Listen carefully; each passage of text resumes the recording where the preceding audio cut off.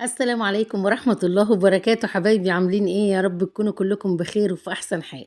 هنسمي الله ونصلي على رسولنا الكريم. اللهم صل وسلم وبارك عليك يا حبيبي يا رسول الله. يلا بينا نبدأ، بس قبل ما نبدأ يا بنات ما تنسونيش في اللايك للفيديو واشتراك في القناة. ويلا بينا يا بنات نبدأ. جبنا ايه بقى؟ جبنا كام بصلاية زي ما انتم شايفين كده، وهنعمل طبخاية من بتوع زمان. ازاي بقى؟ هي البطاطس موجودة لغاية دلوقتي وكل حاجة، بس لا، في تكات كده من اللي امهاتنا كان بتعملها زمان. خلاص يا بنات، خلاص جبنا كام بصلاية زي ما انتم شايفين كده، وقطعناهم او قشرناهم وهنغسلهم حلو قوي، وهنرجع تاني دلوقتي ونشوف هنعمل ايه مع بعض. هنقشر كمية البطاطس اللي معانا دي. بس قبل ما نقشر البطاطس ونروح للبطاطس هنعمل ايه؟ هنبشر بصلاية ونبشر طماطمية صغيرة، ونحط شوية ملح وشوية كزبرة وشوية فلفل اسود. وبعد كده هنقلب البصلاية دي في البهارات حلوة قوي. وهنجيب الفرخة بتاعتنا بقى، الفرخة دي نقعينها بالملح والسكر والليمون وشطفينها حلوة قوي.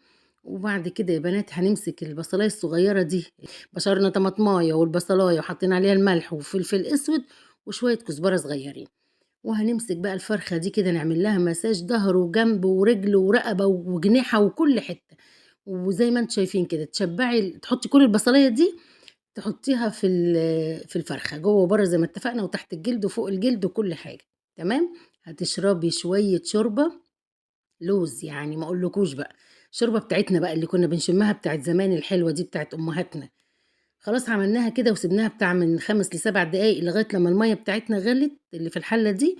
وبعد كده على ما المية غلت والفرخة قعدت في التتبيلة شوية، كنا قطعنا برضو بصلاية وطماطماية وجزراية ونص ليمونة وقرن فلفل أخضر. ما تقلقيش من الليمونة، عشان في حد قال لي قبل كده الليمونة ما تمررش الشوربة ولا تعمل لها أي حاجة، هتخلي لك ريحة الشوربة تحفة ولونها أبيض وجميل. يعني ما تقلقيش من موضوع الليمونة ده خالص. تمام كده. حطينا بقى الفرخة بتاعتنا ونزلنا عليها بالبصلاية زي ما قلنا والطماطماية والجزراية والنص ليمونة وقرن الفلفل. وحطينا على طول الملح بتاعنا، الملح وشوية فلفل اسود، وغطينا عليها شوية كده وسبناها. وجينا بقى ايه للبطاطس، قطعنا البطاطس يا بنات زي ما انتم شايفين برضو كده، وقطعنا عليها طماطماية حلوة صغيرة. ورحنا بقى للبصل بتاعنا، قطعنا البطاطس يا بنات بتحب البصل الكتير. تمام. وفي تكايه كمان كانت برضو زمان كانوا بيعملوها، كانت تخلي تشم ريحه الاكل من اخر الدنيا. اللي هي بقى ايه؟ فصين التوم بقرن فلفل اخضر، تدقي فصين توم بقرن فلفل اخضر وتحطيهم على الاكله بتاعتك، بتبقى تحفه. ان كان باميه بقى ولا بطاطس ولا بزله ولا ايا كان الطبخه بتاعتك، ما تنسيش الفصين التوم. لو انت عايزه اكلك ده يبقى حكايه، ما تنسيش فصين التوم بقرن الفلفل الاخضر ده. خلاص يا بنات، قطعنا البصلايه بتاعتنا او حبه البصل بتوعنا ونزلنا بيهم بقرن الفلفل، ونزلنا بيهم على البطاطس زي ما انتم شايفين كده.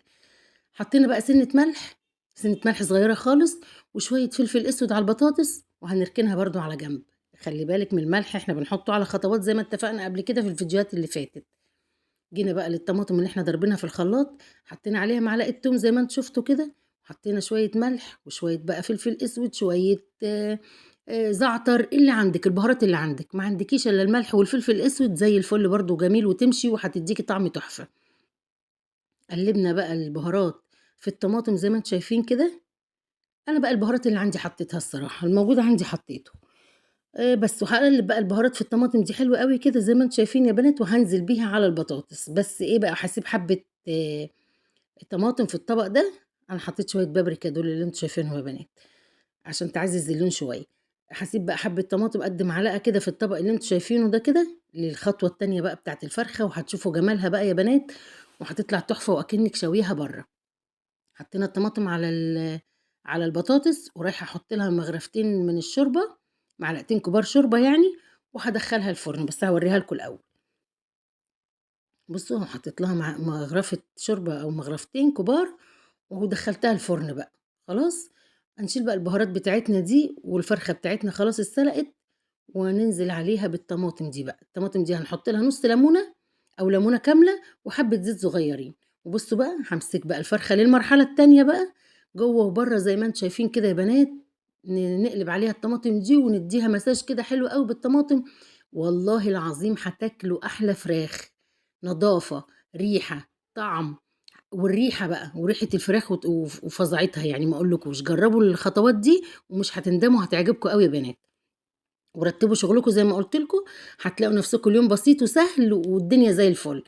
بمعنى لو أنتِ مثلًا هتدخلي المطبخ العصر، بعد ما تصلّي العصر تدخلي مطبخِك، هتكون مثلًا فراخِك ناقعاها، مطلّعاها طبعًا لو عندِك في التلاجة بتكوني مطلّعة الفرخة أو اللحمة من السحور، بتفُكّي وتنقعيها مثلًا لغاية لمّا تدخلي مطبخِك بعد العصر أو العصر يعني، هتلاقي نفسِك اليوم ماشي معاكِ بسرعة وسهل وبسيط وبتعملي كل حاجتِك وأنتِ مترتبة جنب منِّك. لو أنتِ ما عندكيش حاجة في التلاجة ممكن تفطري وتنزلي سوقِك برضه وتجيبي حاجتِك بعد الفطار وتحضّريها من بالليل وتقومي الصبح لمّا تدخلي على مطبخِك على العصر عشان ما تسخّنيش تاني وتعملي الدوشة اللي هي قبل الفطار يعني بحيث إن أنتِ تطفي على الأكل تحطّي على طول على طبليتِك أو على سفرتِك، تمام كده؟